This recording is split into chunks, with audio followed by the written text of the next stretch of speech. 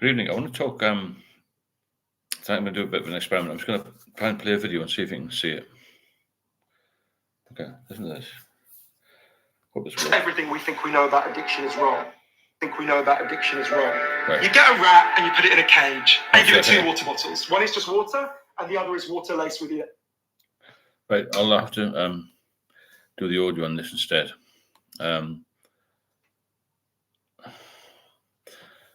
Hello, Steve. Hope you're well. I'm going to try and do an audio. So can you hear this audio? Let me know.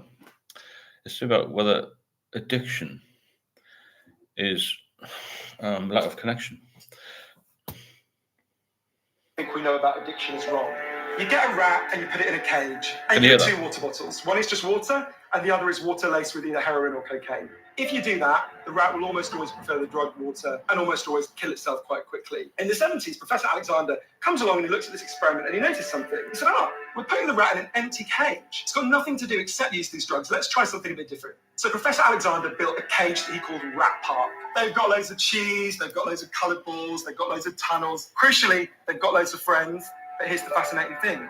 In Rat Park, they don't like the drug water. You go from almost 100% overdose when they're isolated to 0% overdose when they have happy and connected lives. What if addiction isn't about your chemical hooks? What if addiction is about your cage? What if addiction is an adaptation to your environment? Maybe we shouldn't even call it addiction. Maybe we should call it bonding. Human beings have a natural and innate need to bond. And when we're happy and healthy, we'll bond and connect with each other. But if you can't do that because you're traumatized or isolated or beaten down by life, you will bond with something that will give you some sense of relief. Now, that might be gambling, that might be pornography, that might be cocaine, that might be cannabis. But you will bond and connect with something because that's our nature. The opposite of addiction is not sobriety. The opposite of addiction is connection. Hi, all. Basically, that audio I played again was about an experiment to do with rats. I give them nothing in a cage apart from one. Hello, Leslie. I've just played that audio of that video you sent me. The experiment they did, they gave some rats just two things: either water or drugs to drink. And most of them took the drugs. But when they made this thing called Rat Park, where there was lots to do and had lots of friends in the Rat Park, none of the rats took the drugs. They took water. So what the guy's basically saying is addiction not really chemically dependent. The opposite of addiction is connection. So isolation and where you are in life can massively affect how addicted you are. I'll play it again in a few minutes. Hi, Steve. Hello, Garen. Nice to see you. Charlie Duck. You heard that okay. Matthew all as well, yeah. Cheers. Hello, Dennis. Hi, Leslie. Bernadette, you know, I'll put that thing in the post as well about the addiction, about the rats. Hello, Bernadette. How are you all? How are you? Bernadette, evening, Steve. Alex, yeah. Hello, Alex. Thanks again, Leslie. Dan, evening, Stephen. Jeff, Tomps. Hi, all. Okay. Thanks for being here. This little thing that was sent to me, it's basically saying that when we're happy and contented, we have a connection in life, and we have something to do, we won't or we shouldn't necessarily move on to alcohol. Now, that's very true. Because when people are isolated and unhappy, is when most people turn into addicts. But by that time, it's too late, isn't it? Because you've lost your family and friends. That's the issue. So the opposite of addiction could be connection, not just sobriety. Because when you're sober and you're still isolated and you're still unhappy, then you relapse, if that makes sense. So you have to get yourself in a place where you're feeling happy and peaceful. And that makes a massive difference. A massive difference to your overall health in your life. And I believe that. I believe I went downhill when I was more isolated. 100%. And I never felt that I was going to ever get out of it because of my isolation, to be fair. So I popped into my local five. Anything happened to you, Charlie? Did you have a beer? Tom Cullen, Jav, totally agree, yeah. When we're happy and content, we tend not to turn into addicts. That's what this is really saying, this experiment. Whether it's 100% true or not. But when you're on your own, you tend to get a bit down, a bit bored. And you're not content, are you? No one's content on their own, really. I mean, I've heard people say, I like to be on my own. It's alright being on your own if you've got a partner somewhere. But if you're just on your own. Hi, Samantha, how are you doing? I see you. And got quite a few on already. I was just talking to Samantha about, I played a little audio earlier. I'll play it again in a second. About an experiment I did with rats. But I left them alone with just 2 bottles of water. So 1 water and 1 with a drug in it. And all the rats went to the drugs. But when they gave the rats something to do, something like rat park, had friends and cheese and something else to do, as it were, connections, then they never touched the drugs. And is the opposite of addiction, connection. Because when you're isolated, you do tend to use the drink as a crutch, don't you? It's much worse when you're on your own in life and feeling down, or you've got trauma, or you've got some other reason to pick up the drink. Hello, Catherine. Lizzie, my husband was a taxi driver. When he worked nights, my drinking was bad because I was lonely and worried. Well, there you go, you see. That's just one example. Charlie was a nightmare. Had half a Peroni, then went home. It was incredibly difficult to get out of the bar, really. I've done videos about that, how easy it is to get into a bar and how difficult it is to get out. Rains, Alex, I'm not sure about Birdie. He comes and goes. Hello, Neil. Hope you're well. Hello, Frank. How's things? So is addiction down to past trauma? The fact we may hate ourselves, worry, stress, and again, isolation. If you're feeling maybe not part of the group. And the problem is, by the time you get to active addiction, you've lost your group. You've lost the good people, generally. That's the problem, isn't it? So it's worth thinking about that. And this is why I say to people who are coming off the booze, want to stay sober for life, that they have to get something more healthy as a hobby or an interest, or do something to better themselves, even if it's just eating properly, and get some exercise, reading a book, listening to some music, because alcoholism, we know, will take you down. So it's a very interesting little video that, and I'll put it in the post for you as well. I'll put it on here about. I can maybe get the link from somewhere. Tim, good evening. Hello, Ray. How are you doing? So basically, let's just look at a few of the subjects here. If you're going to stop drinking, don't keep making excuses. I've spoken to a couple of people the last few weeks, and they said, "Oh, I'll stop in January. Do dry January." What's the point? There's no point in doing that. There's little or no help. It's like, pissing in the sea, really, isn't it? It's a waste of time. If you want to stop, you've got to make sure that you have a good reason to stop, and you're going to give it a good go. Let's put it that way. You can't just stop for a month and then expect everything to be rosy again. A lot of people can't even manage January. I mean, I couldn't manage for an hour or two, never mind the whole month. Obviously, I've been here for 6 years now. But this is a daily battle. You've got to be very careful about that. Raymond, got help. Raymond, if there's a link to my one-to-one mentoring and some other things in the description part of all the videos, you want to have a look at that. Stoic, is that the study conducted by Bruce K. Alexander, late 70s? Watched a video on that a couple of years back. I'm not sure. I'll play it again. See if anybody can actually remember when it was. Maybe in the 70s. Everything we think we know about addiction is wrong. Okay. I think we know about addiction is wrong. You get a rat and you put it in a cage and you give it 2 water bottles. One is just water and the other is water laced with either heroin or cocaine. If you do that, the rat will almost always prefer the drug water and almost always kill itself quite quickly. In the 70s, Professor Alexander comes along and he looked at this experiment and he noticed something. He said, we're putting the rat in an empty cage. It's got nothing to do except use these drugs. Let's try something a bit different. So Professor Alexander built a cage that he called Rat Park. They've got loads of cheese, they've got loads of coloured balls, they've got loads of tunnels. Crucially, they've got loads of friends. But here's the fascinating thing. In Rat Park, they don't like the drug water. You go from almost 100% overdose when they're isolated to 0% overdose when they have happy and connected lives. What if addiction isn't about your chemical hooks? What if addiction is about your cage? What if addiction is an adaptation to your environment? Maybe we shouldn't even call it addiction. Maybe we should call it bonding. Human beings have a natural and innate need to bond. And when we're happy and healthy, we'll bond and connect with each other. But if you can't do that because you're traumatized or isolated or beaten down by life, you will bond with something that will give you some sense of relief. Now, that might be gambling, that might be pornography, that might be cocaine, that might be cannabis, but you will bond and connect with something because that's our nature. The opposite of addiction is not sobriety. The opposite of addiction is connection. Very interesting, isn't it? And I believe that's true in my own experience, to be honest. Hello, sir. How are you doing? So yes, story was that 1970 study. How are you doing, Dan? Very interesting topic, that. Because when you're isolated, you've got nobody to keep an eye on you, basically. If it's a bit wild. I will put it in the post, because it's a very interesting snippet, that. I don't know if there's a longer video on it. I haven't looked, but that's a good couple of minutes of information. Manchester United, how are you doing? So basically what they're saying is, when you're isolated, you've got problems, as far as I can see. Stoic, this is what I mean when I say the addiction wants to isolate you.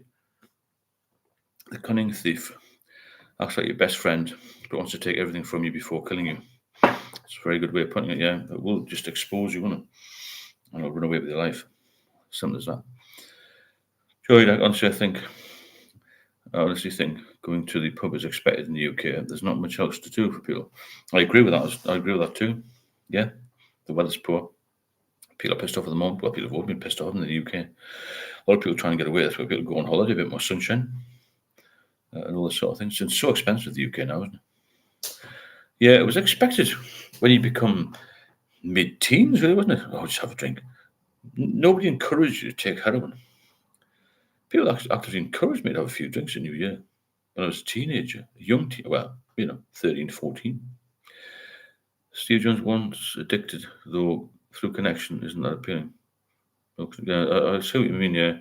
That's a good point, Steve. Once you're addicted, you don't want to connect with anybody, so you become isolated anyway, don't you? It's a vicious cycle, isn't it? Frank Styson, my sponsor was ready, but I'm still drunk. I told him the truth. Got a new time. Okay, Frank, if you need some help with this, there's a link one-to-one on my videos description. Because, I don't know what help you get from AA, but I don't even know how these sponsors work, to be fair. Tell you, Max, so if you wake up in the morning and all your coat is gone, you have a lonely rat in the house. Maybe. That's a good way of putting it. Tom, drinking made me isolated, then I drank on being isolated. I know what you're saying. It's again a vicious cycle, isn't it? Manchester 99, hi all, interesting clip. Look at the Southern Europe, which are collective societies, family-minded, far less lovers of alcohol abuse. Very good point. Family ties keep people solid, don't they? Right, Teddy, then you have to build a rat park. Yeah, it's a good point, Manchester, that, yeah. You look at other countries who don't just stick older people in care homes.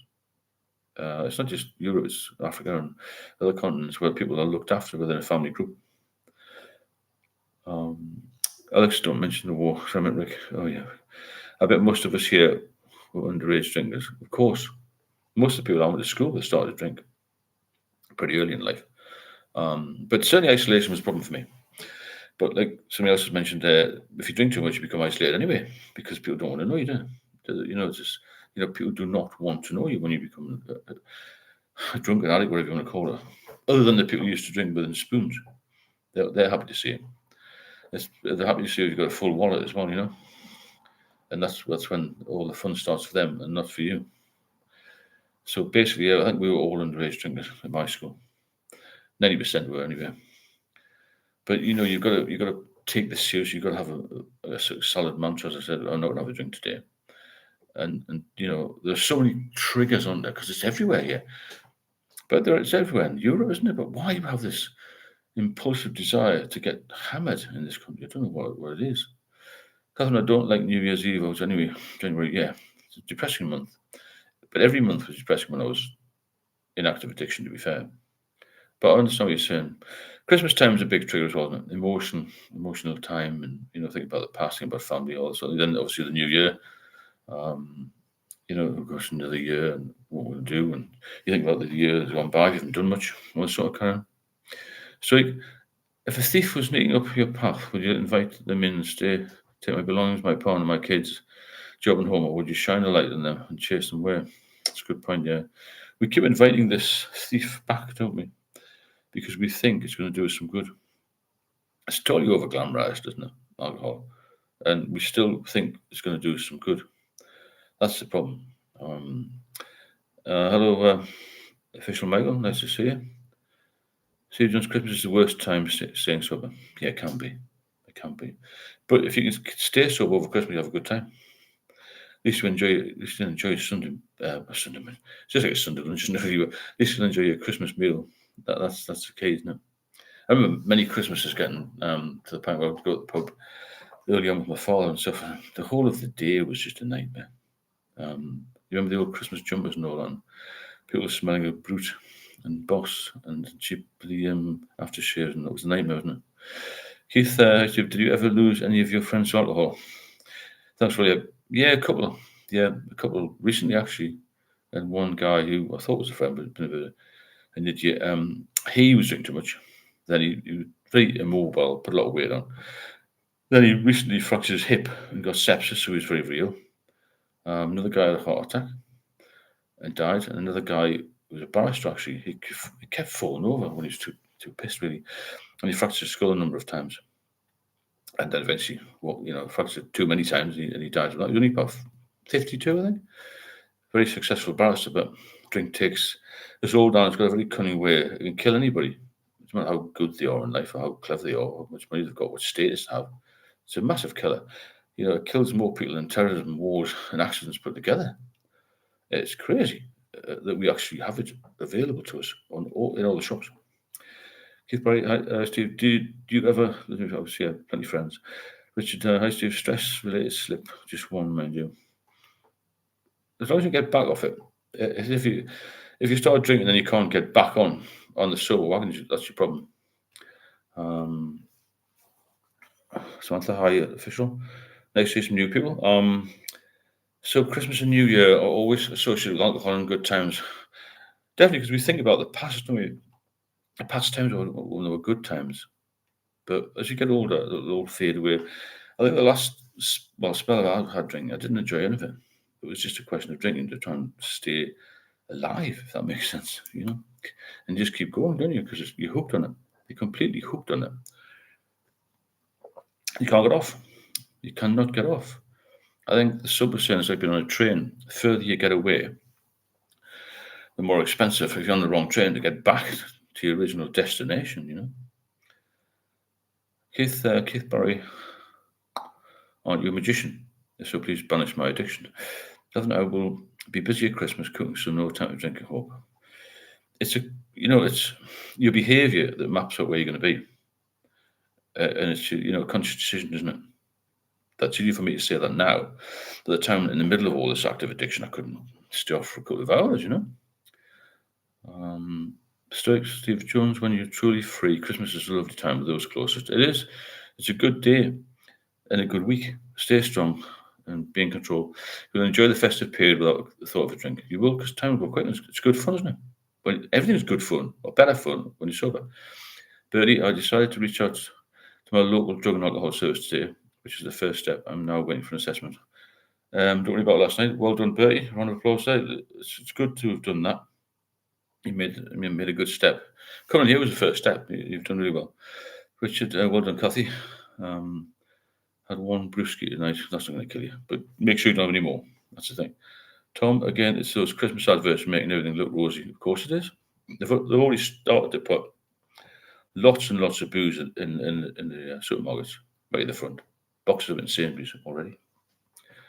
Bertie, massive step forward. Well done to Bertie for reaching out to the alcohol teams. Manchester, expat life is also ripe for alcohol dependence.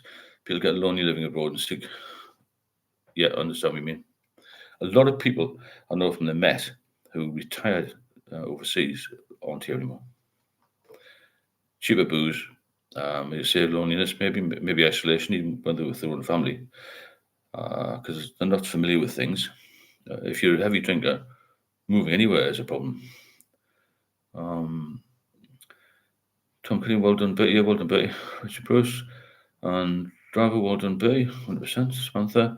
Charlie, I totally agree. There's not much to do here. Most people drink to socialise, and drinking leads to addiction, ending in them being isolated. 100%, Samantha. Good poster. There isn't a lot in this country, is there? Especially at this time of year. Now we've hit the autumn time. It's coming very quickly. Then this is the time that I used to relapse. And I know a lot of other people do. I mean, some people say it's nice to sit in the beer garden in the summer, but there's more to do. When you get these nights or days, it sort of cuts in about 4:30, and it's dark. There's F all to do, isn't it? And it's so easy to just go to the pub, or buy beer or get it delivered. So it's not something that's easy to kick. You can't just kick this habit away. It's going to take a lot of bottle. And that's where you need to be tough with yourself, and you've got to have this plan of action, like I mentioned before. Right, Bertie, put you back into it and stay with us. Yeah, well done. Yeah, don't give up, Bertie. We're all here to support you. So we're here to support each other, all of us, Jav, day 56 sober today, without avoiding any socials. Well done, Jav. Keep it going. If socials are something which starts you off, if you've off the booze and you're fearful of relapse, make sure that you concentrate on what makes you feel better, and don't go to anywhere you're going to be triggered. This is the main thing I would say. If you benefit from these lives, then please drop a super chat in, or you can support the channel also by hitting the Buy Me a Coffee link, which is pinned at the top. And thanks for all the people who do that, and thanks for everybody for being here. Day 56, brilliant, Jeff. Steve Jobs is everywhere, you're right, but believe in yourself. You're stronger than your addiction. You won't even notice it. It's not easy at first, but it does get easier and definitely worth it. Of course it does. I would never, ever go back for anybody, for any money, for no chance. My life was so depressing and so broken. It's the best word for it, really, when I was drinking. You cannot even, I can't even describe it here in detail, because it's impossible to describe how horrific it was, to be fair. How the addiction eats into every part of your life and controls you to the point where you can't get out of it. And you think you're going to die every day. And that's not a good place to be. And there's been many on here, and many of you have been in the same place. And others that continue to drink, then will try and get you off, because it's not good. Not good to be in active addiction at all. But Richard had my tipple with dinner calories. A nice one, Stoic. Betty, thanks tomorrow, top geezer. You can do it, Betty. We're here. We're going to all do it. We need a team of people here. We're a good team of people. Let's focus on all getting well and being healthy again. That's the main thing, isn't it? We've got to be strong. We've got to toughen up and be selfish. Stop pleasing everyone else. That's a good point. It's time to look after number one. No one else will. Yeah, my mother's always said that. She's 94. A doctor once told me, you can't look after anybody else if you don't look after yourself. That's always stuck with me. That's the last few years. You can't be a people pleaser all your life, and you have to be, like the sub said, a little bit selfish, especially in the first few weeks of recovery.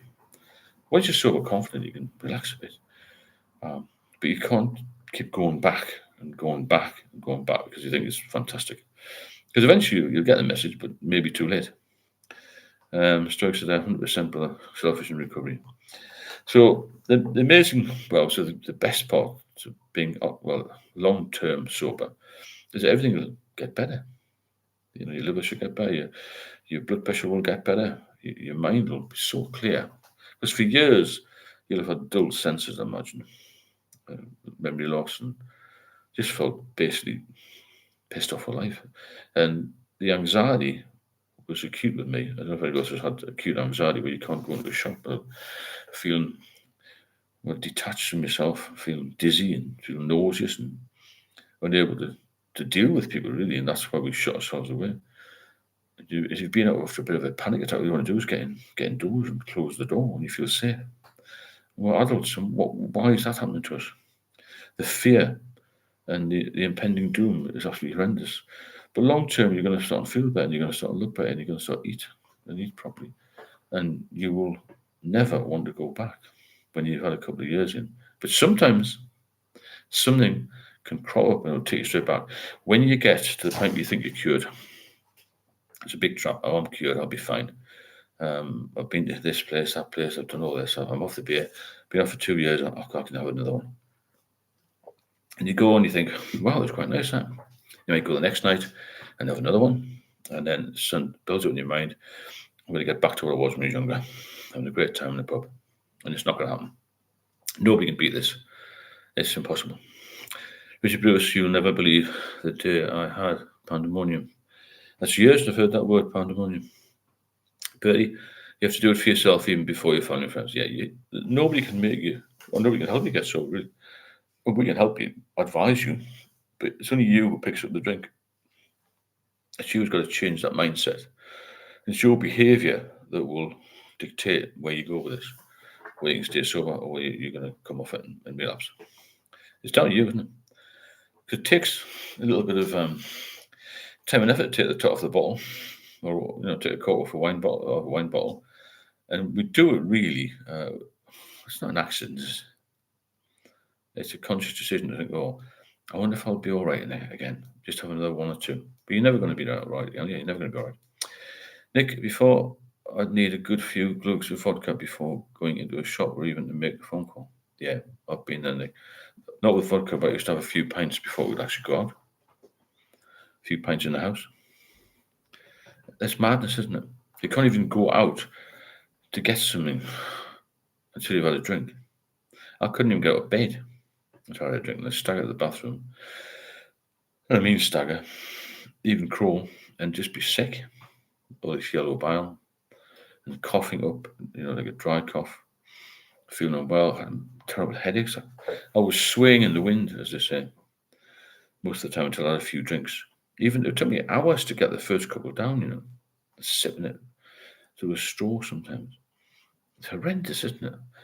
In fact, I haven't actually gone back to where I was, if that makes sense, fully in my head, because some of the stories they're unreal to me, and I know they happened, if that makes sense. Tom, when you stopped drinking, Steve, were you still depressed and anxious for a while? I wasn't actually. As soon as I got off it and I was better again, I was seriously ill in 2019. But as soon as I started to get a little bit better, the anxiety was gone. But I spent a couple of years in hospital on and off over COVID. So when I was sober properly, as it were, everything went. The depression I had a little bit was mainly because I didn't think I was getting any better. And it was taking a long time for things to fix, but it would do. The state I was in, I was down 9 stone in weight. So, it did go, it took a little bit of time. But once I felt better, as it were, physically better, then my mind was better as well. The two things sort of dovetail into each other, to be fair. Stoic, 100%. To put your recovery before everyone and everything. So they'll never have to come. Last again. It's true. Otherwise, the addiction will take them away anyway. Yeah, it's amazing the story mentions that the addiction's a separate thing, isn't it? It'll just come and bite you. And it's very difficult to get back. I feel I need more strength with this meditation. Never tried meditation, if anybody else has tried meditation. But it certainly works for some people. So when you're long-term sober, everything's going to improve. Your finances will improve. Obviously, your physical health will improve. But you've got to make an effort. You've got to make an effort to keep out the pub. That's the first thing. Because the first mistake people make is thinking they can drink again. And everyone's had that thought. All of us have had that thought. Even after long periods of sobriety, you think, actually, I'll just try one. It's my birthday. It's somebody else's birthday. It's Tuesday. It's whatever. There's a football match on. I've done this. I've done that. I've won that. Or lost that. I'll just have one. And that's what happens. And this is why most people will relapse. It's so easy. It's not easy to kick this, but you can do it if you change your mindset and change your behaviour. And that's what this is all about, change your behaviour. And you will feel so much better.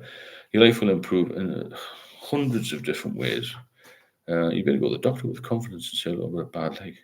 You won't worry about checking up your bloods and doing maybe your well-man clinic or going to the dentist. You don't worry about all that. Because when you're in active addiction, you don't check anything out, do you? You don't get your eyes checked, you don't get your teeth checked, you don't do anything. You don't go to the gym. I hardly used to walk. I couldn't walk. I used to pad around the walls sometimes and try and get, 2 yards into a taxi and just about fall over. It's crackers. When I look back at it, no doubt some of you would have been in the same situation. And people have lost, I never lost any wallets and keys and that, but people lose keys, wallets, phones, a whole lot, don't they? A lot of explaining to do. You get them at 4 o'clock in the morning. I walked in the forest a couple of times, completely out of it. Birdie, yeah, that's very true, straight. Lost my job yesterday. Oh, bollocks, James. That's not good, is it? Maybe find something quick, James.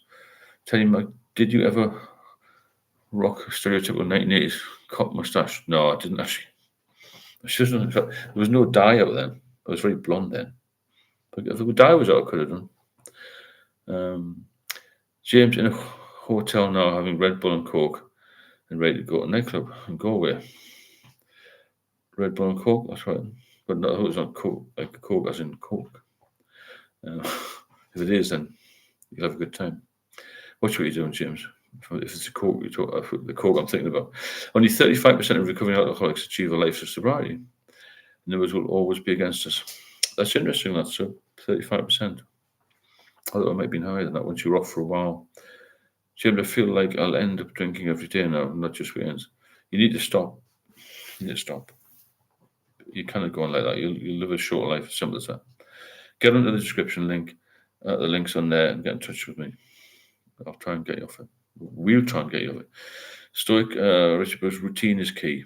Start the day the right way. Positive activities, positive mind, healthy diet, of course. Work out, meditate, practice gratitude, compare life and addiction to a life of freedom. That's an excellent post there. You have no freedom in addiction. None at all. Zero freedom. Electroliner, how are we doing? Call, we can easily summarise what keeps you on these chats. The thought that you're cured and have one again. Yeah, you're never going to be cured. Never going to be cured. Richard, stating kidney power with ale, hard choices. So easy though, isn't it? So nice. It used to be nice. A friend of mine with my late best man, he died a few years ago. He said, stop drinking before you can't drink any at all. Because I was drinking too much, obviously, wasn't it? If you benefit from these lives and you're getting some value out of them, please feel free to drop a super chat in, or if you want to support the channel in other ways, then please hit the Buy Me Coffee link, and keeps things ticking over and keeps the channel strong and moving forward all the time. But to change your mindset is used in recovery. Change your thinking changes your behaviour. Of course it does. It's basically thinking of how ill you're going to be if you drink, and how well you're going to be if you don't. That's what it comes down, isn't it? I mean, my life's completely better, 1,000 times better, completely different to what it was 20 years ago, not mind 6, 30 years ago even. Red Bull and vodka, I meant. Got you, James. I meant snorer. Toot, as it were. Manchester racked by anxiety for years. That was my problem. Anxiety, horrendous anxiety. Never get it now. Not frightened of anything. Well, I was frightened of a big wheel a few weeks ago when I went out with my partner, but I wasn't a big fan of heights until I met her. I'm all right now. But yes, anxiety was massive for me. I couldn't speak to people. I didn't even open mail because it was something bad. I thought it was something bad. It's called impending doom, I think, Manchester. Impending doom. Betty, has anybody had acupuncture in the years to stop cravings? No. If you've had it, Betty, what happened? Stoic Manchester, love the name. A walk in nature is definitely a great one for peace of mind and contentment. It is. The simple things which you poo-pooed when you were drinking are now wonderful.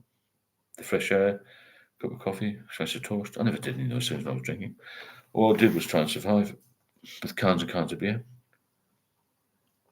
And my treat was to go to a pub at night and sit with a load of lunatics who are also in the same situation, and then go home to cold, freezing cold, damp, rat-infested flat with no bathroom floor, no heating.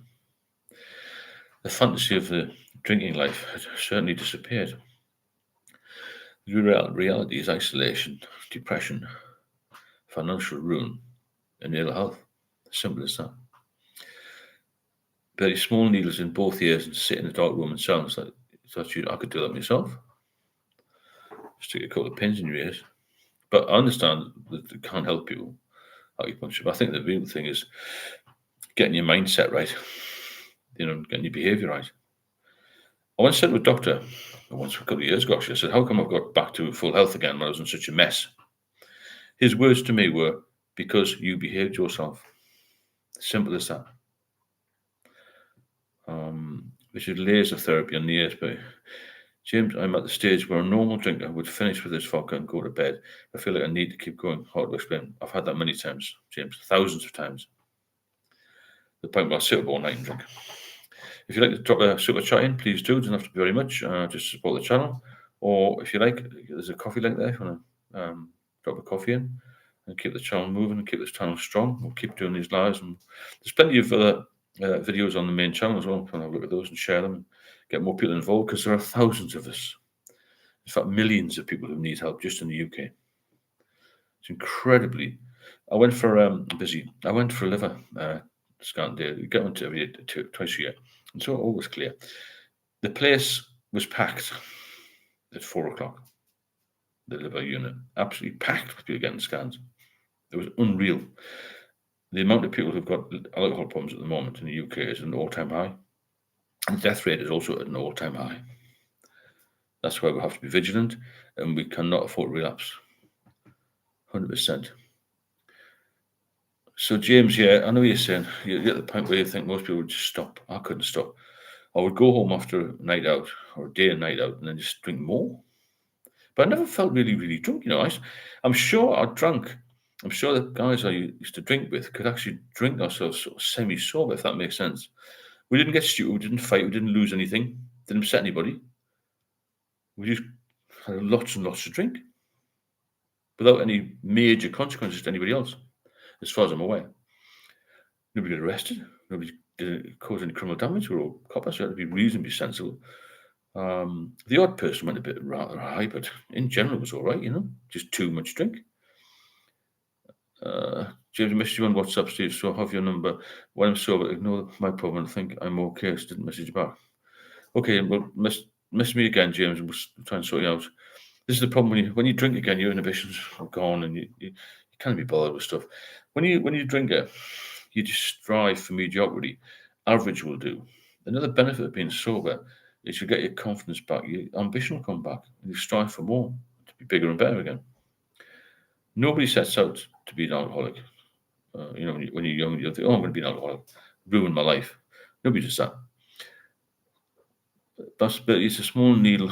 Needles not outraise. Your outraise resemble a fetus. They put the needle in to heal liver, heart, kidneys. I don't know that. Surely someone knows what I'm on about. If you have ever done smart recovery, I've never done the smart recovery bit, but other people may have done. So, James, I never knew how to stop either. This is my problem. There's no stop button. There's no off lever with me. It was just on. You can take control back and stop now. I'll wake up tomorrow and instead of worrying about work, think of new opportunities. That's a good point. New ideas will pop into your head. And new things will come along. Nothing's going to be rosy, totally rosy. We all have problems. I have problems every day. But I can deal with them now. I couldn't deal with anything when I was drinking. Did you lose your job because of booze, James? Yeah, interesting, James. If you let us know if you don't mind sharing that. Somewhere I found when I stopped drinking, it was like having to walk all over again, tackling problems, just use my brain and not alcohol brain. Seriously out of my comfort zone, but it got better over the years. It does, yeah. I know it's hard to walk, isn't it, probably? Until we get really clear of it. And it's lack of nutrition, I think, it's got a lot to do with it, You're not eating the right foods. You're not sleeping. You're not resting. You never rest when you're an addict. You're always tired, but never rest, if that makes sense. Elbow, true that you get your drive back when you stop. Of course you do. Everything's better, isn't it? James, no range. I'm weekend booze. I'm 2 exams from being qualified accountant. I had exam Wednesday, told yesterday, no job. Bloody hell. James, you're a clever guy. There's a lot of clever people in here. I think alcoholism affects clever people. That's my view. We've got overactive minds. And we're very sharp. And we need something to bring that down. Bring us down to level. Normal level. But alcohol is not the answer. It's definitely the answer. Not the answer. McPhee, good evening. How are you? That's me done 5 months, Steve. Longest I've been off. It's brilliant. Your town housemate, you always seem to be talking about something that I'm expecting. 5 months, fantastic. Well done. Well done. James, but no, I'm out of work. I feel shit. Can get worse. Right, well, you get back in work, Pull yourself together. Have you ever heard that before? Pull yourself together? Crazy thing to say, but it's true. You have to be tough with yourself. Because basically, when you stop drinking, it's like the Savannah mentioned there. It's like having to walk all over again. You're starting it fresh. it's a new life, basically, isn't it? When you stop drinking, because you haven't got the recovery time. You know, you're not lying in bed recovering from drinking. Oh, I feel terrible, whinging on. The hours that takes up all your whole life, isn't it? Going to the boozer, recovering, getting money out. It's just a full-time job. Hiding bottles, you know, not doing things because you can't, because you're too pissed or you're too hungover or you're in withdrawal. It just goes on and on. Look it up, don't understand why I keep getting shut down. No, you're fine, but you're not getting shut down. We'll have a look at that. Alex, just when you said I lost my job, it implied you were sacked. An overthinker, severe. Same with me, James. Because I'd acupuncture my ears in rehab. I have heard of that acupuncture, definitely. James, it can always get worse. You're at a crossroads. One road leads to chaos, the other leads to a life of sobriety and becoming the best version of yourself. You have the power of choice. You have. It's as simple as that. Well, I said a bit more bluntly than that. We only have two choices. We either drink ourselves to death or we live a bit longer. Because we can't, I've said it a million times now, we can't be social drinkers. It's impossible. We've all tried it. And we've all failed. I did some mentoring with a guy. And he said, I'm going to be a social drinker. I'm going to be a social drinker. I said to him, if you become a social drinker, I'll pay for the booze for the rest of your life. He failed, of course. James, sorry to hear that you've got a tough battle. James, don't get withdrawals yet, Steve. They will come eventually, though. If you don't temper the booze, you're going to have to pull off a little bit. Like James, you're going to have to just make sure that you come down a little bit, because it will bite you in the end. And Stephen, did you drink after your seizures, or was that it for you? Funny enough, I had the first seizure many years ago.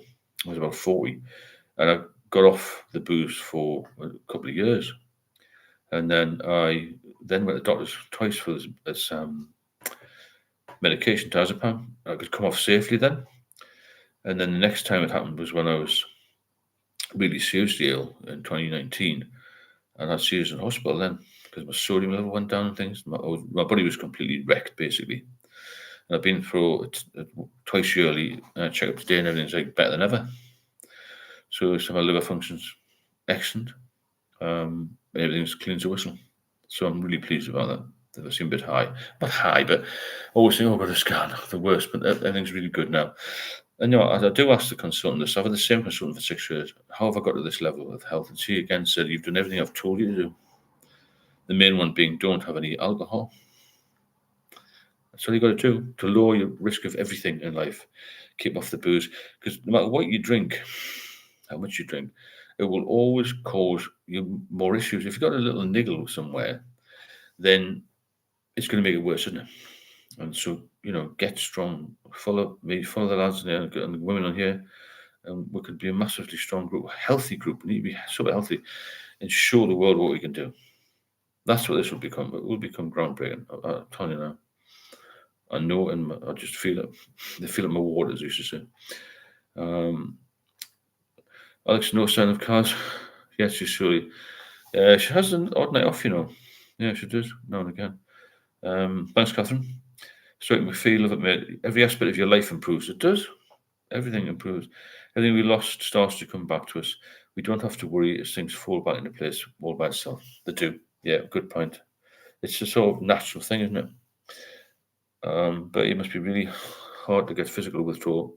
But especially with me, psychological anxiety and maybe I think long before I was physically ruined by it, it was anxiety that crept in. And that was the worst part for me because it was just horrendous. If you want to drop a super china, please do. It doesn't have to be a lot. And the coffee link is pinned at the top there if you want to support the channel. It'll be well received. And thanks for everybody for being here. It's 57 people. That's brilliant, really, for Friday. Samara, when you stop drinking, most of the problems dissipate and become irrelevant. That's it. Because we overthink. The alcoholic routine is no longer relevant. It takes your time up. I mean, when you think about the amount of time that you spent drinking, either at home, in the pub, or recovering, it's more than any week you spend at work. Because you could go out at 6 o'clock at night on a Friday, I mean, I didn't do weekends. I'm just going to, bit of an analogy, like weekend off. 6 o'clock on a Friday, drink all night, spend most of Saturday in bed, drink all night Saturday night, spend all of Sunday in bed, and so on. And then holidays, you do the same. Bank holidays as well. And when you go away on holiday, I never had a good holiday when I was drinking. It always ended up in disaster. Always ended in disaster. Every single one. So I'd arrive at the hotel. The first thing I would do is go, where's the bar at?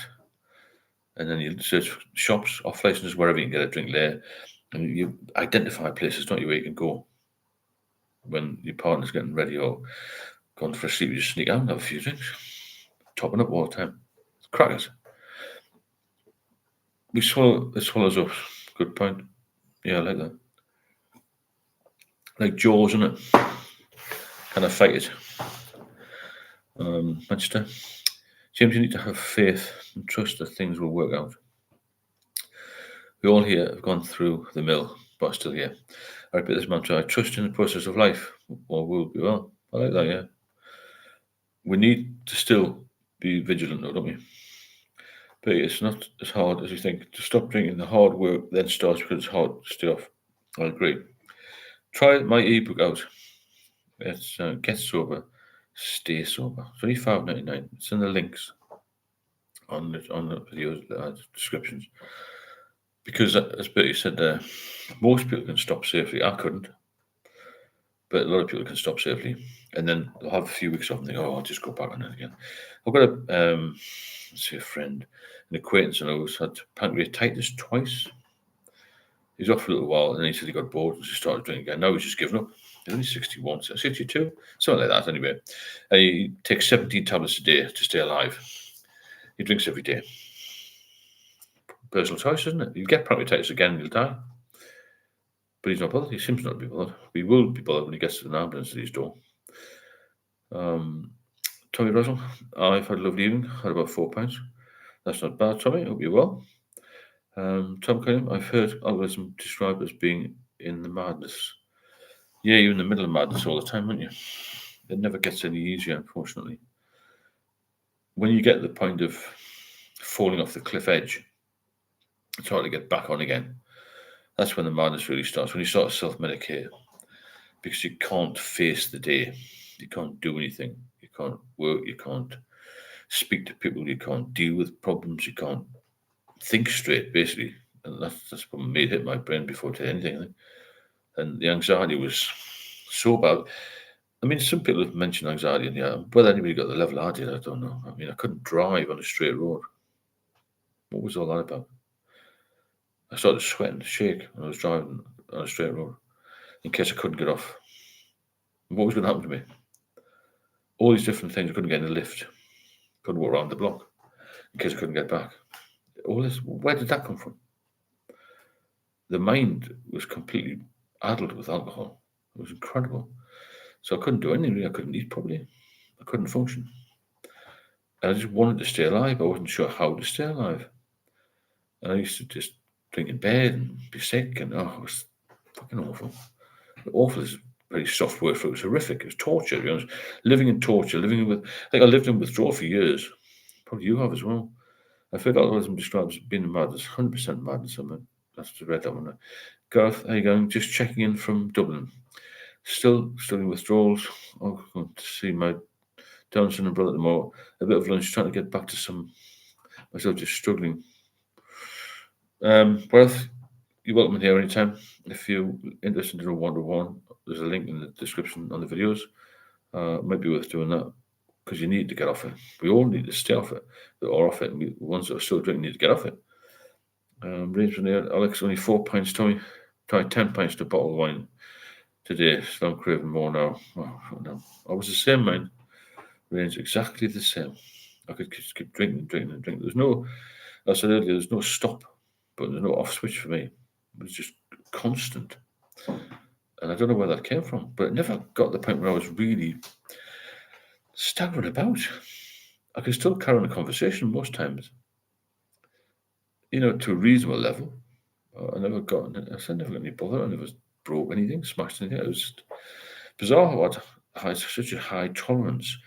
I don't actually know why I drank, But I didn't get that much of a buzz. It was more, like I said before, more of a habit. And the habit became an addiction. So you've got to look after your health. You've got two choices. You've got to look after your health or you drink alcohol. What's the point of drinking the alcohol? It's expensive. It's going to kill you. It does nothing for your body, your physique, your physical health, your emotional health. Nothing. It destroys people, doesn't it? It should be quite an easy choice, shouldn't it? Danger or no danger. But we tend in life sometimes to go down the dangerous route, don't we, some of us? But it's a very common fear, anxiety, not like driving a motorway. Well, have you heard the saying then? My mate is like that. It takes him an hour to get to work because he won't go on motorway. Goes on the minor roads. That's what happened to me. I couldn't get the underground in London in the end. I used to think I was going to jump in front of the train. Jesus, what happened to my mind?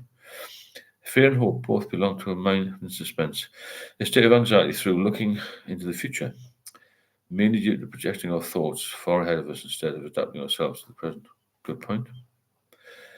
Tom is still struggling to leave the house after 5 days off it. Right, you see, you struggle with the anxiety. When I was off it, when I used to get the diazepam in the days, in the sort of 90s, well, no, 2000s, early 2000s, my anxiety disappeared straight away. But I've heard of the people who have been off for a long period, they still get the anxiety, and the anxiety was screwed me up, to be honest. And the fear of not being able to cope without a drink, if I ever ran out. But I never ran out because I had such a stock. Maria, coming on holiday in Turkey, in all inclusive, so hard not to drink alcohol. How can you go on holiday without alcohol? Everyone's drinking. It's really hard, Maria. And also in Turkey, I don't think they have any non-alcoholic beer, do they? I was there a few years ago and they didn't have any 0%. I don't know why that is. Plenty in Greece, Spain, all over Europe, but certainly not in Turkey. Plenty of alcohol, but very little 0%. So what are you going to think of, Maria, if you're off the booze? If you have one or two, then you're going to be drinking on the plane on the way home. And you're going to be a mess. That's the problem. That is a massive problem. Hope you're benefiting from these lives. If you are, then please drop a super chat in or the Buy Me Coffee links at the top if you want to support the channel. Yeah, it's a difficult one on holiday in Turkey. There's no alternative, is there? Just think, Maria, if you drink, you're going to be in a mess. And you can enjoy your holiday. You can get up fresh in the morning, a bit of breakfast, have a cup of coffee, enjoy the sunshine, rather than being laid in bed, sweating in the bed, with a ceiling fan, the air conditioner going on, trying to recover. So you're going to waste your time recovering. The emotional trauma that alcohol causes, the guilt and secrecy of drinking, we have to hide. Much compared to having committed a serious crime and being found out. That's a good point. It's like being on the run, isn't it? You got. I used to drink beer, well, lager. I used to have to put each bottle in a sock. When I used to go with my parents, would go for a bit of a trip with my daughter or something, and I used to put, like I say, put them all in the socks and then wrap a towel around it all. And I had this huge, heavy bag, mental when I look back. And every keyring I had, every pocket I had a bottle opener. Maria used to do have not only beer, but not only beer, but it's a wine. I didn't realise that they must have it now. They never used to. That's good, but if you don't like it, that's not good. But just keep focusing on, Maria, the fact you're going to be ill. That should be enough to keep you strong, hopefully. I couldn't drive over a bridge or fly over. I always like that, Neil. The Dartford Tunnel once nearly killed me. I just so sweat. I was like, shit, hanging on to the wheel. So I was going to pull the steering wheel off. So I thought we were going to. I got this sort of urge that I wanted to drive over the side of the bridge. Why is that happening? Can it be explained? I don't know. I still don't know what happened to me, mind-wise. It was unbelievable. Don't go inclusive, Maria. Yeah, it's probably good advice. Stoic, Maria, instead of thinking about what you're missing out on, think about not ruining the holiday. No chaos, no hangover. Get up early, go for a nice walk, nice hot coffee, enjoy the food and the scenery. Exactly, yeah. Yeah, you're not missing out on anything. The fear of missing out does not exist with alcohol because you miss out on zero, as we know. But it took me a long time to find that out. Nick, evening all, sorry I'm late, no problem. I never enjoyed a holiday because of drink years ago. What a waste, and me. Italian lakes was wasted, Austria, Switzerland, all those lovely places. All I want to do is get to a bar. Any excuse to get to a bar. Even paying for expensive meals just to get a drink. That's crazy. Nice seeing Nick, Catherine. Raw review. I see if you were my age, again 27 tomorrow, what practical things would you advise for getting sober? I think you've got to start with your fitness and your health, and think about your health really. Get a new hobby, and find something that's more important to you than the alcohol. To be fair, and start thinking about how you feel generally, and focus on your career. You're only a young person, as it were, a man or woman, and you've got a long time to live. So just change your mindset. Alcohol's not going to do you any good. It's going to kill you early. It's going to disable you early, and it'll take away all of your confidence. So practically just don't drink. If you're a heavy drinker, try and taper down. You'd probably be okay with that at your age. Just take it easy and think about your future. Nick will go on holiday tomorrow. It's going to test me. It will. But just remember, if you drink when you're there, you have to drink in the plane on the way back. And you're going to come back and think, Jesus, all that drink I had. Nightmare. Left line is bizarre. Everyone has a perfect reference. Stephen, oh yeah, the bottles. The bottles. Fucking nightmare. I had to buy a really expensive rucksack as well. Good, like North Face thing. Guess the strap broke. Seriously. Left line, always funny when you mention hiding them in socks because it would clank, wouldn't it? No, it's like bottles, like that. Fucking nightmare. I used to have to do that if I put them in the back of the car, put them in tangles and that. Because I never drank spirits, you see. But if you haven't all that volume, cans weren't as bad, but bottles, Jesus. My dad's drinking again. My school, Jesus, man. Not good, is it? How old are you, Prima? Leslie, good night, everyone. Having problems trying to keep my eyes up. Okay, it's be a bit later there, 11 o'clock there. See you soon, Leslie, and thanks for that video again. Stoic Nickfield, don't say it's a big deal. You're still you, just in a different country. Don't drink. Let everyone else do what they want to do. Enjoy the different culture and come home with happy memories. Exactly. The only memories I've had from my drinking holidays have been grief. No good photographs, nothing. Just hassle. Recently, when I've been away with my partner, fantastic holidays, great photos, always a laugh. Never a problem. Run review, I've looked, but I really can't see anything other than having numerous drinks every night. Sport, maybe join the gym. Hotel gym, and you just go and sit around the pool. The thing is, I was the same. I tried to learn the language, and I tried to come off the booze. It was just such a habit to me. I couldn't sort of think of anything better, really. I was in your position then, really. If you'd like to drop a super chat in, then please do. And the buy me coffee links at the top if you want to support the channel. Which would be great. So yeah, Ronry, I would just look towards your future and think, why you don't want to be 40 with a drink problem? You don't, do you? Somewhere I used to throw the empty bottles over the back garden fence, and they got found out when the council came to cut the grass with a grass cutting tractor. Broken glass everywhere. Look, your wife was out. Whew. I can imagine. Things flying everywhere, wouldn't it? And moving from a house, I'd been throwing the bottles behind a shed, and they took the shed away. I don't know why they took the shed away. It was like being overseas when a nightclub skips are emptied, but by about 10 times louder. Nick, thanks to it, I'm not going to drink. I've got plans in my head. Yeah, that's good. And keep coming here if you can, and we'll keep you right. There's no point in drinking. Even if you go for 3 weeks, 2 weeks, a week, you're going to come back a mess.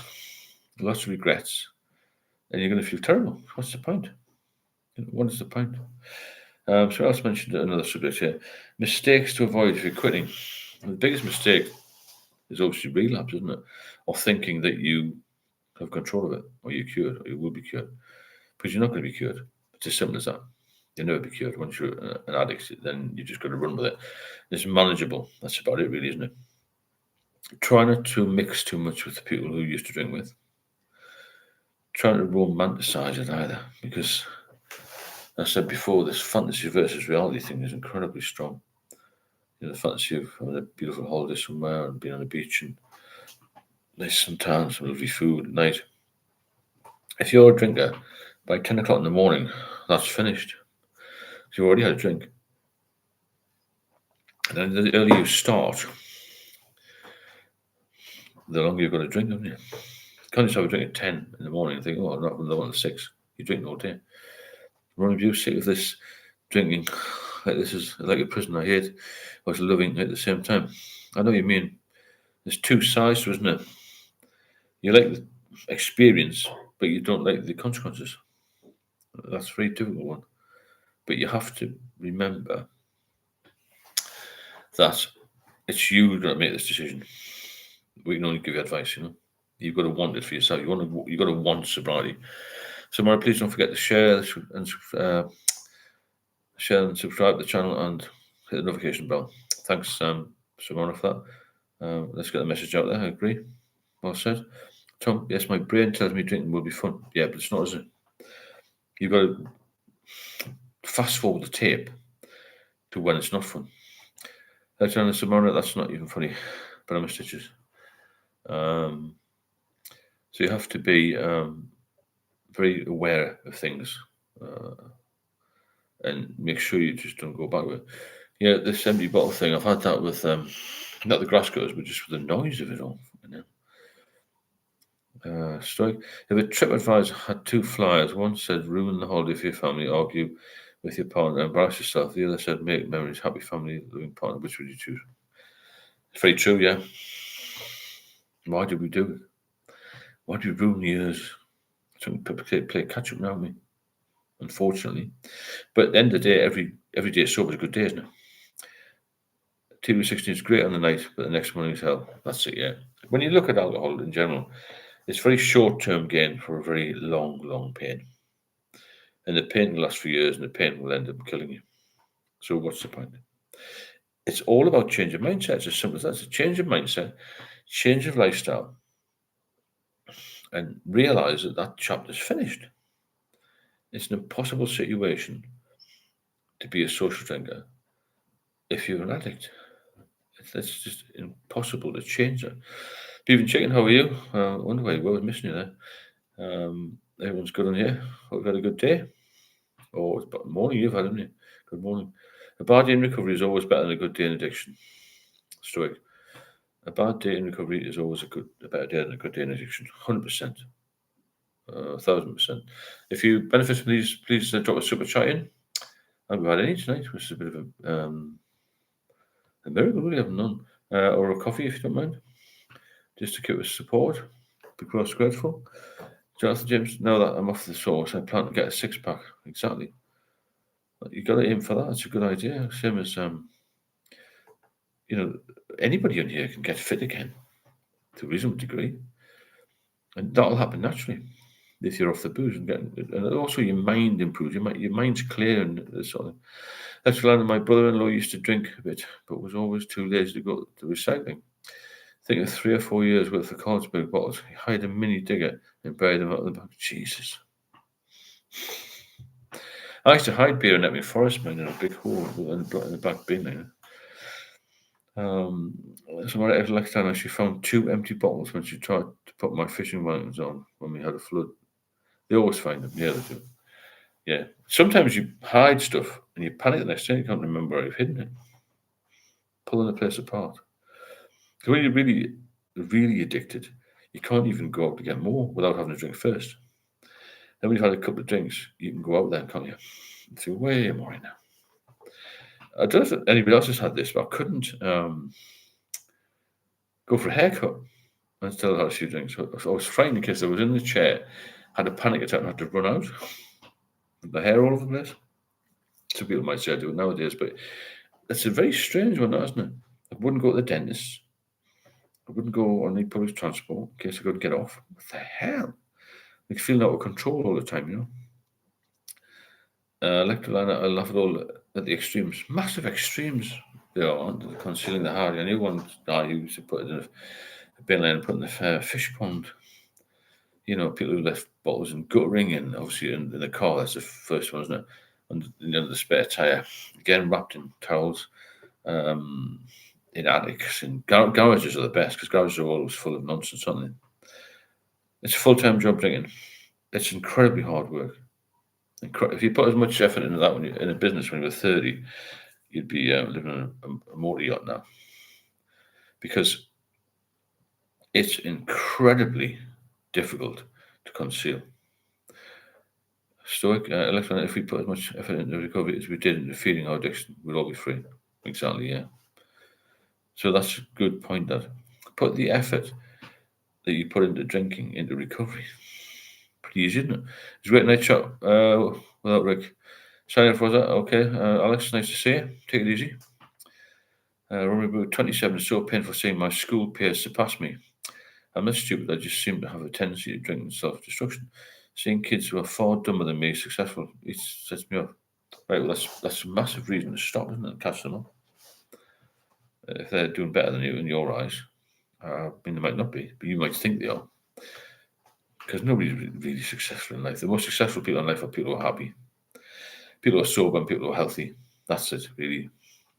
Because it's not going to do you any good drinking. No chance. You're young enough to turn this around. You can turn it around any age, actually.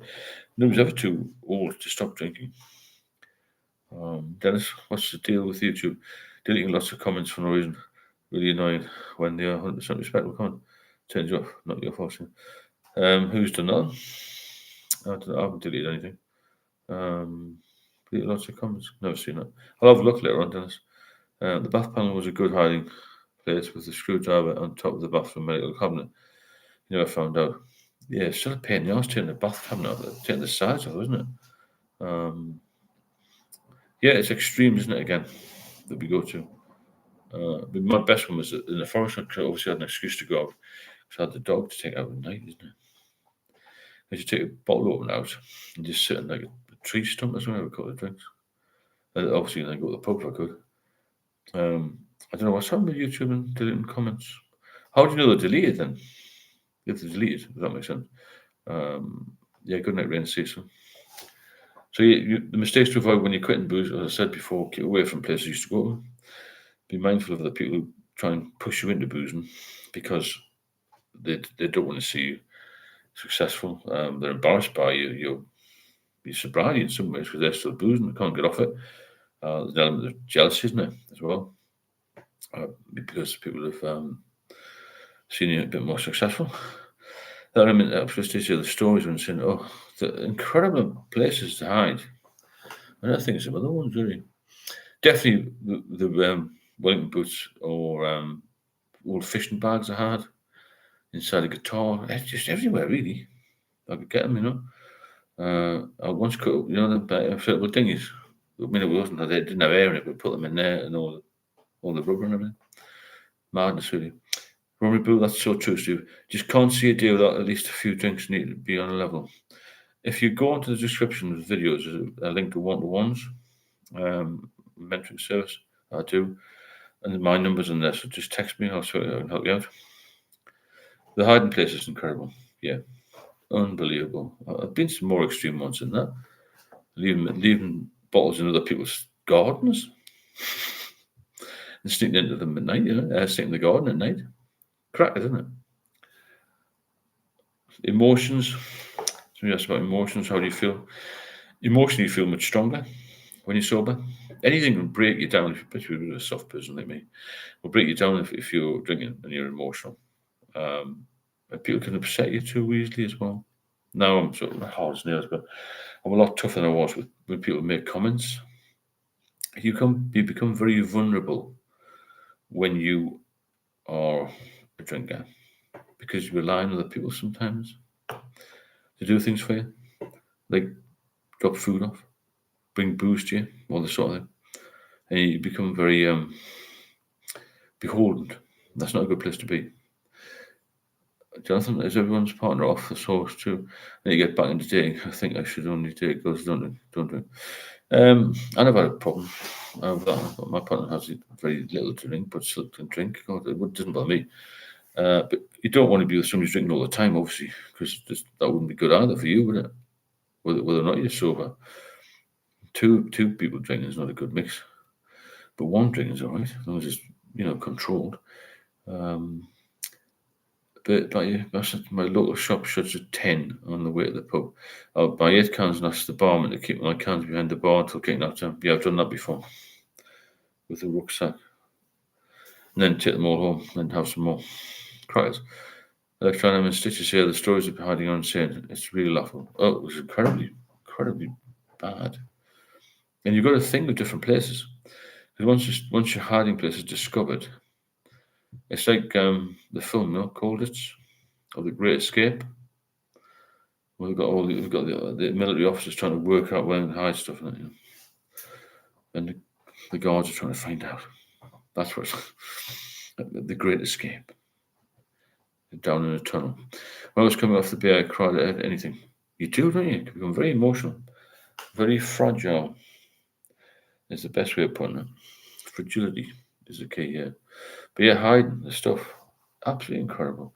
Emotionally weak, and the whole of your life will just crumble. Everything will crumble around you, and it's so bad. And as I said before, the trap of feeling that you're cured and you can fix everything, and 1 or 2 drinks will be all right. No fucking chance. No chance.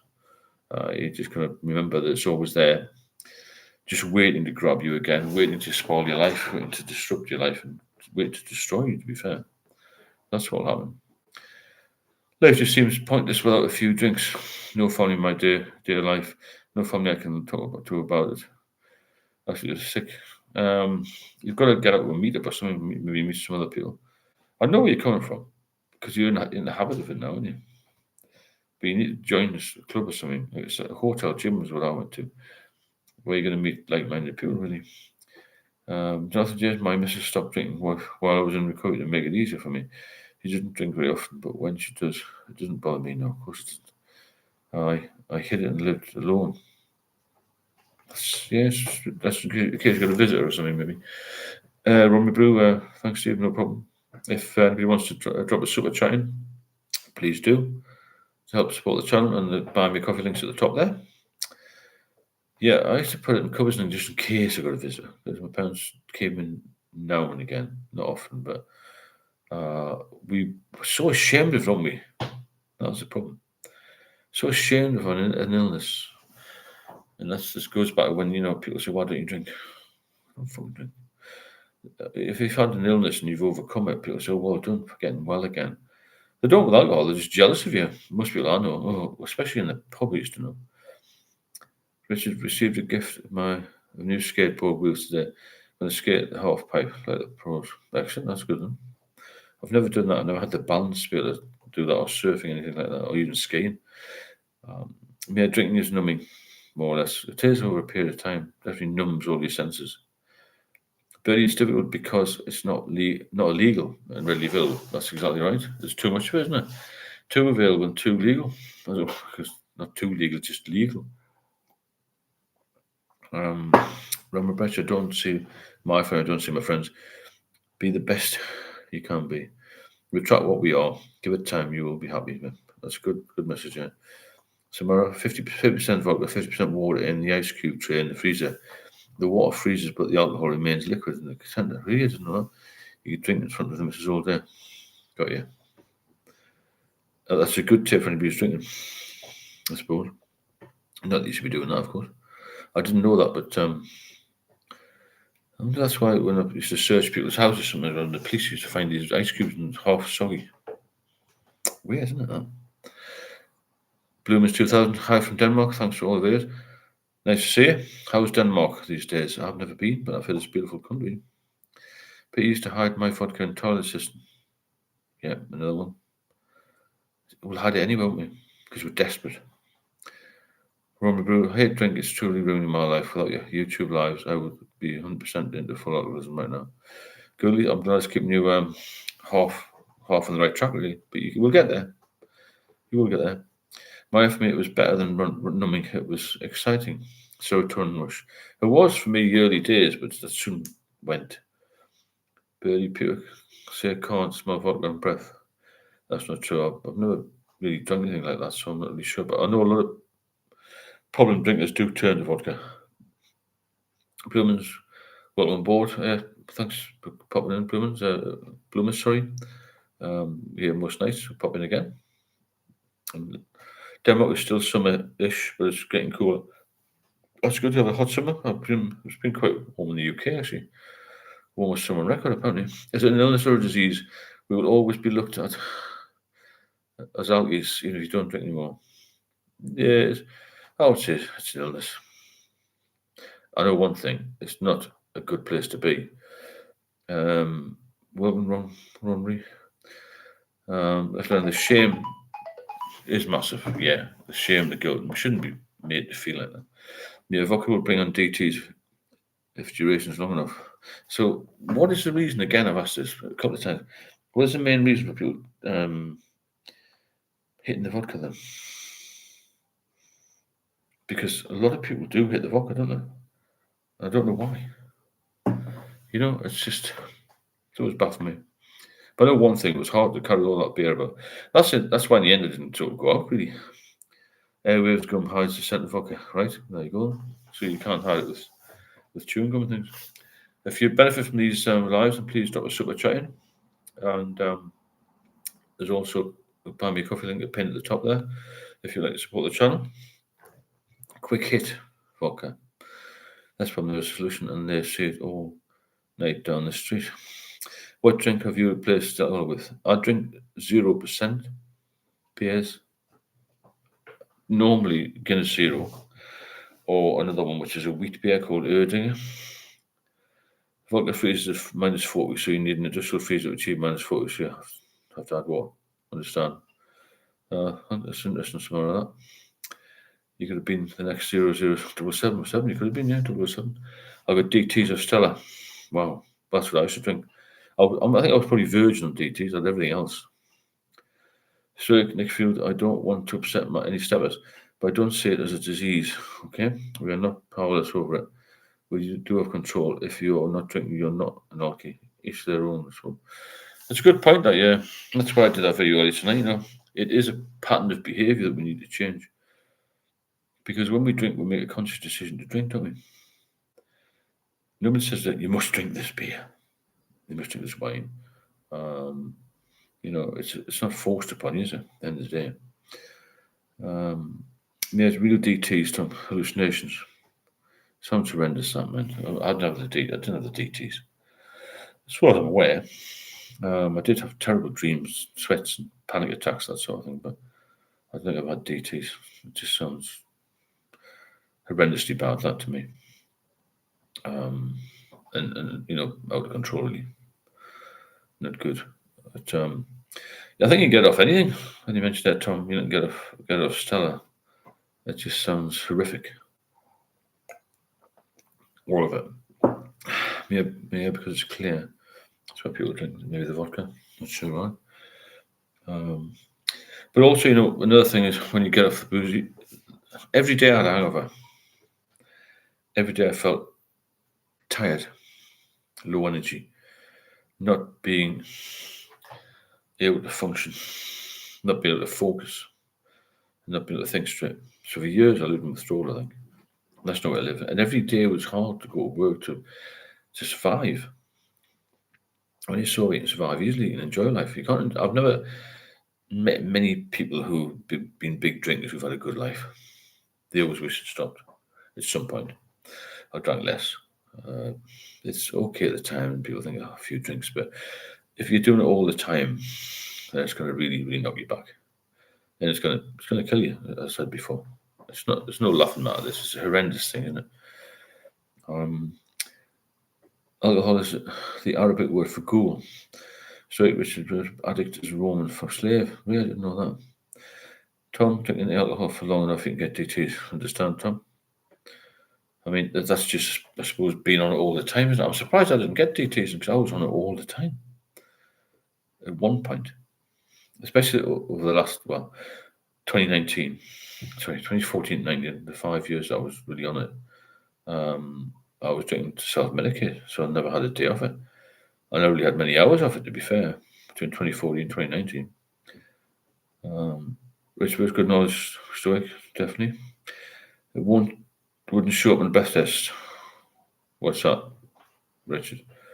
I'm sure alcohol would, wouldn't it? Nick, I'm not sure. Wouldn't shorten the breath test. Okay, I don't know about Alex my uncle was a mega alcohol. Went nuts on the vodka for some reason. Was never a vodka drinker. He owns a pub. He's offered for years now and still owns a pub and runs a pub. Well, he'd be a lot more profitable now, wouldn't it? But you can put vodka in anything and try to hide it. Bottles of Coke, lemonade, anything. I suppose you can. Beer is clear, same as gin, isn't it? Remember what counts as hangover, because I don't feel hangovers anymore. Hangover is just having a bit of a thick head, feeling a bit nauseous, dry mouth, all that sort of thing. But withdrawals are much worse than that. Jonathan James, the word alcohol actually comes from Arabic, but it doesn't mean ghoul. It comes from alcohol, which refer to a fine powder used for eyeliner. Oh, interesting. Did you have a job when you drank this? Yeah, I did drink reasonably heavy. I was a policeman in London, but when I went really badly on the booze, I was retired because I had more time. And I wasn't accountable, John Cool. Look at my other comment. Electrona, we should put a short book together, the stories of hiding the booze. Yeah, that'd be a good idea, actually. 40 different authors on it. There's hundreds of different places to hide, isn't there? Thousands, in fact.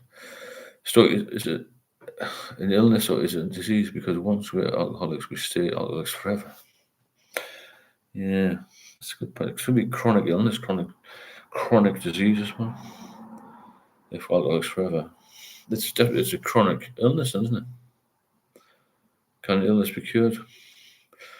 Can't be, can it? If you're on it forever, if we've got it forever, we can't be cured. It's just manageable, like I said, isn't it? Tom, yes, mate, I thought demons were in the house. Good job, my dad was here to calm me down. So I had to go to hospital. They can be Phil. They say is the body shutting down. Get off the dog walker and Lucozade. You probably used to have Lucozade when I had colds and flu, didn't it? Just for the sugar rush, I think, really. But the whole thing about how the dog is, if that advances to top of drinking, then you really are in a mess, because that's when things will go downhill really quickly. And you're going to end up with seizures and all that sort of thing when you try and come off it, Not good at all. Most people will have a hair of the dog on holiday, that's where it starts. And then come back. This is heavy drinkers, obviously. And then they start having a bit of a drink before they go to work. And COVID maybe contributed a little bit to, quite a lot. People didn't have to go into work, so they used to sit in the Monday morning, have a drink. While they were working, supposed to be working. Don't have to get up and drive to you. Don't have to get the underground, don't have to get a train, a bus, whatever. You can just sit at home. And that was a big problem, I think, for people. If you'd like to support the channel, then please drop a coffee in or hit the super chat button.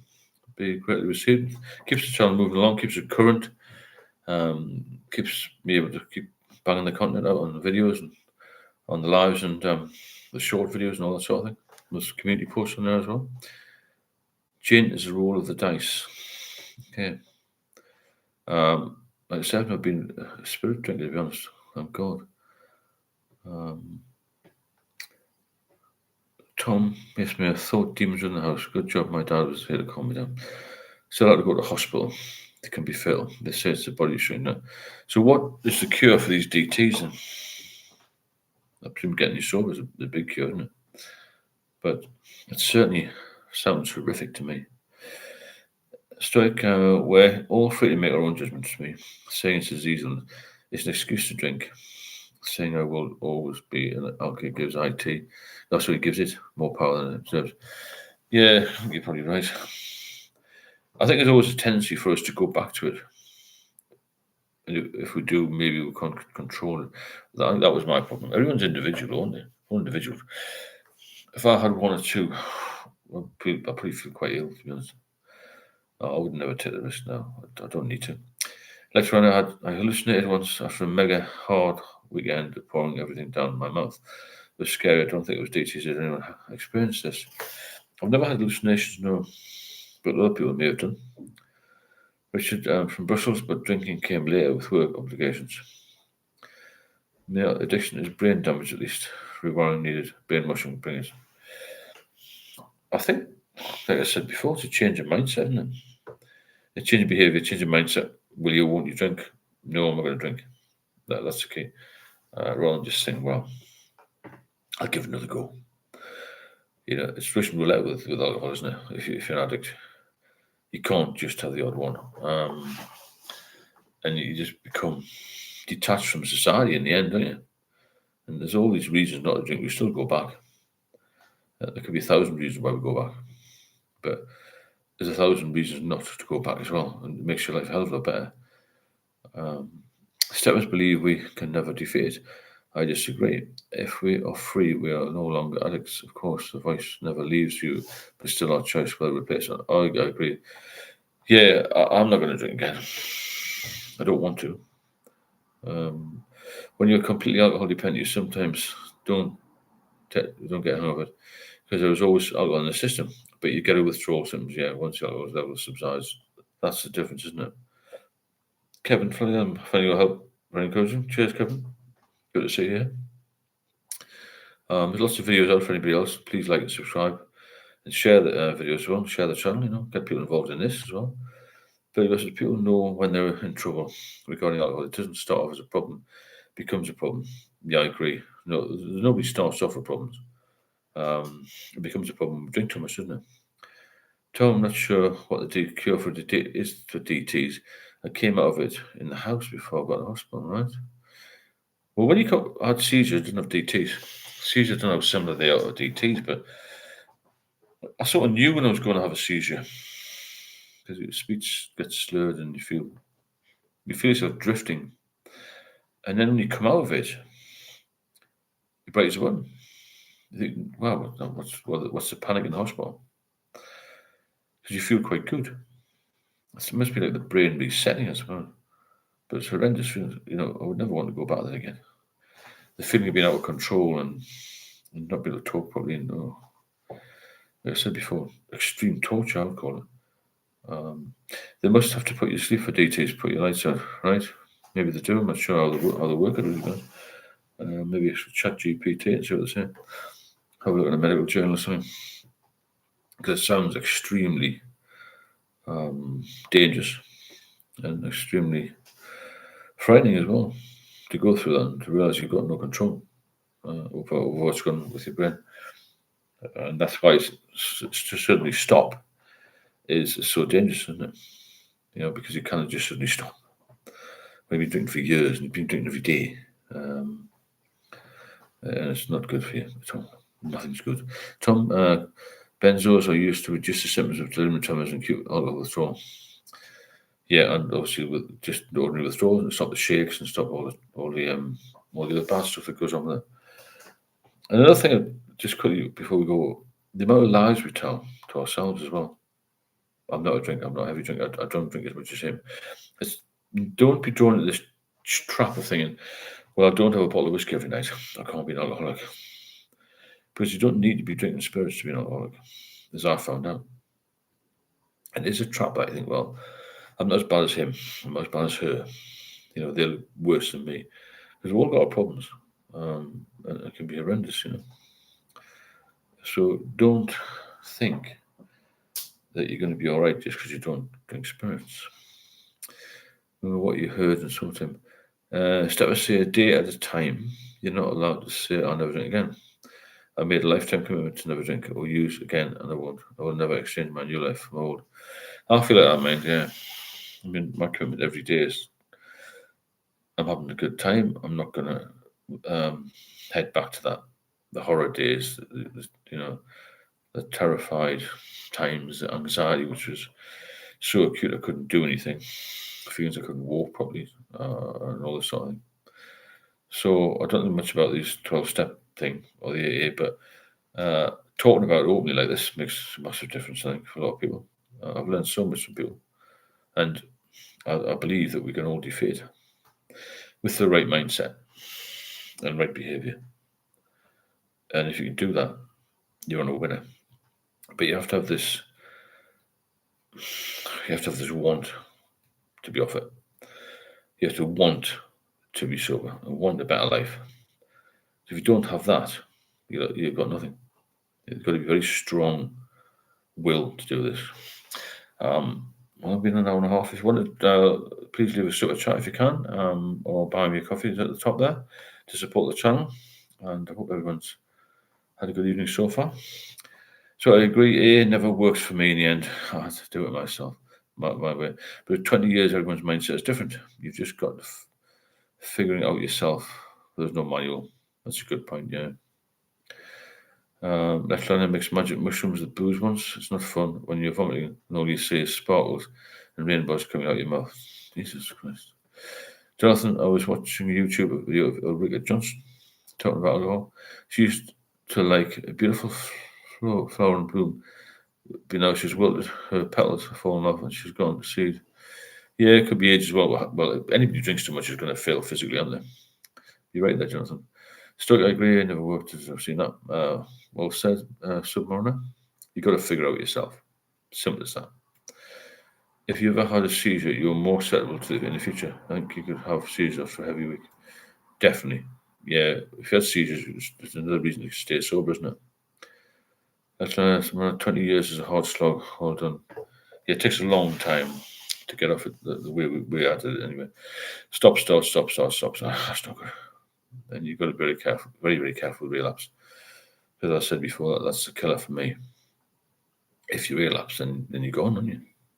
Especially as you get older, because your body can't take as much punishment. It certainly can't take all the poison, can it? John Jones, I wish you well, see you. Thanks. No problem at all. So, anything pressing at the moment, but it's about an hour and a half. And thanks again for everybody being here. If you want to leave a sort of chat in and support the channel, please do. Or the Buy Me Coffee link's there, as always. And if you've got any subjects or any particular thing you want to talk about, you can just text me on this number, and we'll do it either tomorrow or during the week, and then next time. If you text that number, if you have anything that you want to chat about, in particular, because always something comes up, isn't it? I think in the middle of the night, God, I want to chat about that, because everyone's had a different experience with this. Different time frames, different ages, different backgrounds, different childhoods, all this sort of thing. I'm not a successful drinker. It hits me mentally. It's a burst of energy followed by the blues. It was for me, yeah. But I still got the point where I could drink lots. And I didn't have this problem that a lot of people have got when I was drinking. I didn't cause any bother, you know. So 20 years alcohol and cocaine addiction, 4 years near NENC, but I was a serial relapser. Doing it, Mario, I'm at 2 years, 4 months free. That's fantastic, yeah. Stuart Waldman story. Good night, Bertie. Good lad tonight, yeah. And hope your project works. But it'll be good. You will surprise yourself. You will be like a sober Keith Richards. Well, exactly. I mean, look at Mick Jagger and all that. They must be well in their 80s now. It's incredible how long you last. Okay, good night, everybody, and I shall see you tomorrow, hopefully. And as I said, text me if you've got any subjects you want to bring up. And well, let's see how it goes from then. I'll speak to you all tomorrow. And have a good Saturday. Well, sober Saturday, hopefully. Oh, Volcano's been struggling to sleep all this week. Hi, you just joined us about the end there, Alec Volcanoes, but we'll be on tomorrow again. If you want to speak to me direct, there's a link on the description of all the videos. You can get in touch with me on there, and I'll have a chat with you. I'll like volcanoes. It's just difficult when you've got sleeping problems because you get more weak, don't you? Okay, I'll speak to you soon. Thanks, Stoic. Thanks to Beef and Chicken, and thanks to everybody who is new and who's just popped in. And take it all easy and have a good weekend and have a fantastic Saturday. I'll see you very soon.